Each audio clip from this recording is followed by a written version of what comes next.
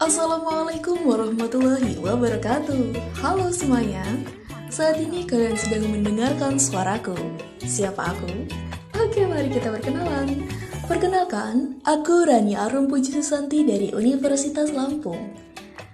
Apakah kalian tahu bahwa sistem pendidikan di negara tercinta kita, Republik Indonesia, menempati peringkat ketiga sebagai sistem pendidikan terbesar di Asia dan urutan keempat terbesar di dunia? Kita boleh berbangga hati di sini. Dari berbagai negara di dunia, dengan tidak mudah Indonesia mengupayakan penetapan kurikulum di negara yang terpisah oleh lautan, corak budaya yang begitu beragam, agama yang juga heterogen, serta berbagai perbedaan cara hidup yang lainnya. Pasti kalian sudah mengetahui bahwa pendidikan merupakan kunci utama bagi suatu negara yang tidak terkecuali negara kita untuk unggul dalam persaingan global. Apa sih persaingan global itu? Persaingan global merupakan bentuk kompetisi tingkat dunia tanpa dibatasi oleh wilayah. Dengan ini, Indonesia juga termasuk, teman-teman. Pertanyaannya, apakah kita siap? Jawabannya, mari kita mulai pada perubahan diri sendiri. Sepertinya sudah mulai memanas.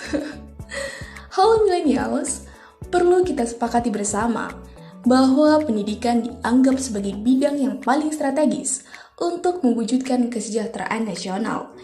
Kesejahteraan seperti apa yang dimaksud? Nah, kesejahteraan di sini memiliki banyak aspek. Namun, contoh kecilnya saja, pasti teman-teman semuanya memiliki cita-cita menjadi orang sukses, crazy rich, dan bahkan mungkin rich auntie. Dengan pendidikan akan menciptakan sumber daya manusia yang cerdas, berkarakter, dan juga berdaya saing. Dan tentunya, dengan sumber daya manusia ini dapat membentuk peradaban yang tinggi di suatu negara. Apakah kalian mau beropini bahwa tidak harus berpendidikan tinggi untuk menjadi sukses? Apakah kalian mengiyakan hal ini? Apakah memang ada tetangga kalian yang kaya raya meskipun tidak berpendidikan tinggi? Jika begitu, mari kita berdiskusi, teman-teman. Dengan berpendidikan, kita akan banyak mengetahui banyak hal. Kita akan belajar, dan belajar ini tidak hanya sekedar teori, namun aksi nyata mewujudkan teori tersebut. Aku juga memiliki tetangga. Beliau memang memiliki banyak aset, mulai dari kebun, sawah, hewan ternak, dan lain sebagainya. Namun beliau tidak mengerti bagaimana ia bisa menjadi rich di desa pelosok. Aku rasa, apabila banyaknya aset tersebut dikelola dengan baik, maka beliau dapat menjadi crazy rich di desaku. Mungkin dengan pengoptimalan hasil panen, atau dengan budidaya ternak yang diperluas. Untuk itu, bisa kita tanyakan lagi kepada ahli pertanian dan juga ahli peternakan nanti.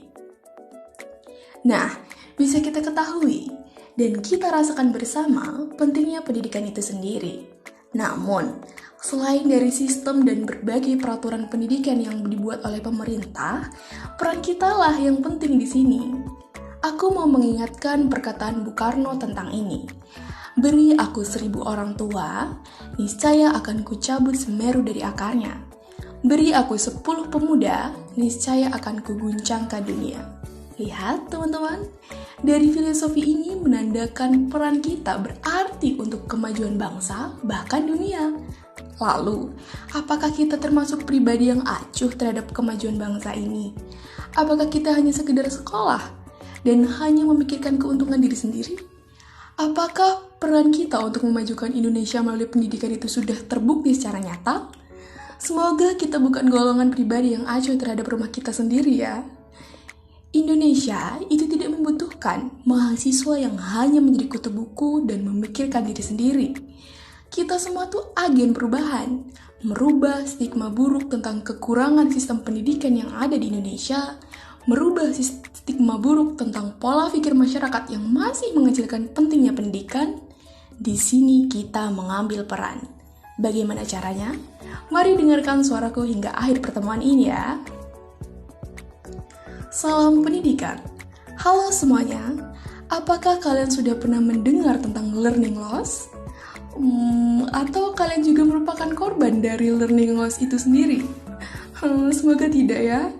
Seperti yang kita ketahui, beberapa waktu lalu, dunia dilanda pandemi yang menjadi momok menyeramkan, yang juga membawa dampak pada beberapa aspek di kehidupan kita. Ya, salah satu dampaknya itu sangat dirasakan oleh usia kita saat ini. Kaum milenial, kaum pendidikan, yaitu seluruh pelajar dan juga mahasiswa.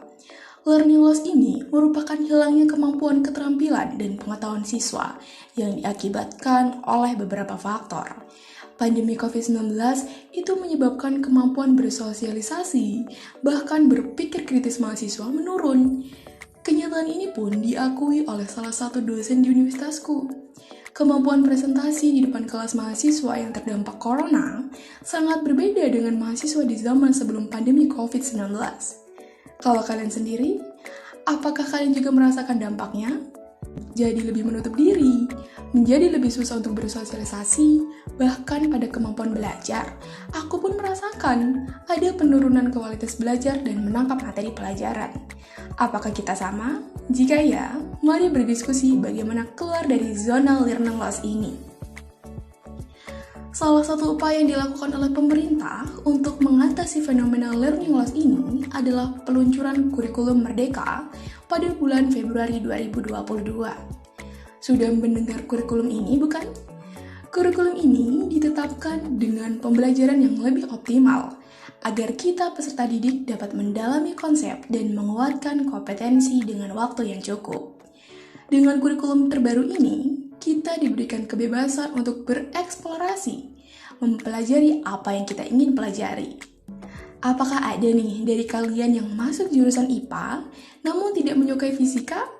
Atau teman-teman dari jurusan IPS yang tidak memiliki keahlian di mata pelajaran ekonomi? Permasalahan tersebut diselesaikan dengan kurikulum ini. Kita dibebaskan mempelajari apa yang ingin kita inginkan saja, dan dengan begitu kita bisa tahu nih apa bakat, minat, dan juga potensi yang kita miliki masing-masing. Apakah kurikulum ini berhasil? Lalu, apa hubungannya kurikulum Merdeka dengan kemajuan pendidikan? Kali ini aku terfokus pada teman-temanku yang mahasiswa. Teman-teman, kurikulum ini bisa kita manfaatkan untuk menjadikan diri kita sebagai sumber daya manusia unggul dan berdaya saing. Apakah kalian pernah merasa salah jurusan? Merasa menyesal di kuliah di jurusan kalian saat ini? Atau sudah merasa tepat sasaran namun masih kesulitan menempatkan diri dengan segala macam penyesuaian? Dengan kurikulum ini, keresahan kalian bisa teratasi. Kurikulum Merdeka memberikan kebebasan untuk kita mengeksplorasi minat dan bakat. Apa bentuknya? Merdeka Belajar Kampus Merdeka. Iya, MBKM. Pasti teman-teman sudah tahu tentang program ini. Kita diberikan kebebasan untuk mengikuti semua program sesuai dengan bidang kita. Program pengembangan diri menurutku cocok diselipkan sebagai nama pengganti MBKM ini. Yang salah jurusan, kamu bisa belajar di program studi lain yang kamu inginkan. Di sini nanti kamu jadi tahu, apakah sebenarnya aku ini salah jurusan, atau memang belum terasah potensi-potensiku. Ingin merasakan belajar di kampus impian? Program pertukaran pelajar MBKM pun menjadi solusi. Ingin bekerja di perusahaan-perusahaan impian? Program magang solusinya. Lalu, ingin menjadi fasilitator pendidikan? Bahkan ada program kampus mengajar. Kita bisa mendampingi sekolah-sekolah sebagai mahasiswa yang mengetahui tentang perubahan era 5.0 ini untuk pendidikan. Masih banyak lagi program MBKM yang mampu menjadikan kita menjadi sumber daya manusia unggul di masa depan nanti. Nah, di sini tinggal peran kita, pilihan kita, dan keputusan kita. Maukah kita mengambil peran? Maukah kita menjadi agen perubahan untuk diri sendiri dan juga negeri ini? Mari rekan-rekan mahasiswaku, tidak ada batasan untuk kita semua belajar, menjadi lulusan terbaik yang tidak hanya untuk diri sendiri, namun untuk menjadi aset negeri, kebanggaan negeri, pembawa perubahan negeri. Kita ini sudah kaya, budaya, suku, agama, bahasa, sumber daya alam pun. Dan dengan ini, mari kita tambah nilai plus negeri ini dengan hadirnya agen perubahan, sumber daya manusia yang bermutu dan juga berguna bagi kemajuan bangsa. Mari mewujudkan kemajuan bangsa dengan kemajuan pendidikan dan juga kemajuan pertumbuhan kualitas sumber daya manusia. Terima kasih telah mendengarkan suaraku. Siapa aku? Rani Arun Puji Susanti. Sampai berjumpa kembali. Wassalamualaikum warahmatullahi wabarakatuh.